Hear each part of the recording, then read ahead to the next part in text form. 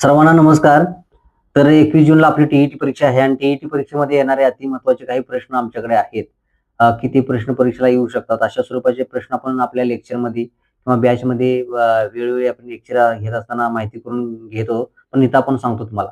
महाराष्ट्र राज्याने शून्य धारित अर्थसंकल्प सादर केला. पुढचा आहे अलेक्झांडर कॅनिंगहॅम यांनी भारतीय पुरातत्व विभागाचे जनक असे म्हटलं जातं. भारतीय पुरातत्व विभागाचे जनक कोण आहेत?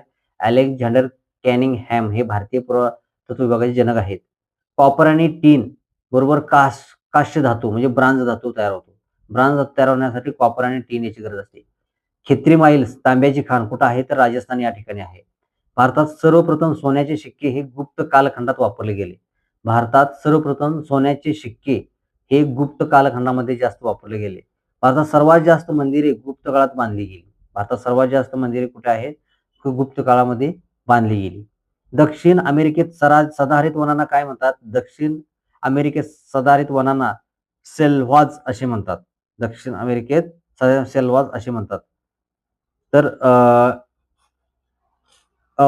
ब्राझीलच्या उत्तर भागातून विषुववृत्त जाते. ब्राझील या देशाच्या उत्तर भागातून विषुववृत्त जाते. इक्वेडोर देशाची राजधानी क्विटो ही विषुववृत्तावर आहे. इक्वेडोर देशाची राजधानी क्विटो ही विषुववृत्तावर आहे. आणि नकाशावरील रंग बघा. हिरवा रंग मैदानी प्रदेश, पिवळा रंग पठारी प्रदेश आणि तपकिरी रंग पर्वत रांगा. तर अशा प्रकारचे प्रश्न किंवा नोट्स तुम्हाला आम्ही देत असतो. आमचा व्हिडिओ आवडला तर नक्कीच आमच्या चॅनलला शेअर करा, सबस्क्राईब करा, लाईक करा आणि येणाऱ्या टीईटीचा चांगल्या प्रकारे अभ्यास करा. धन्यवाद.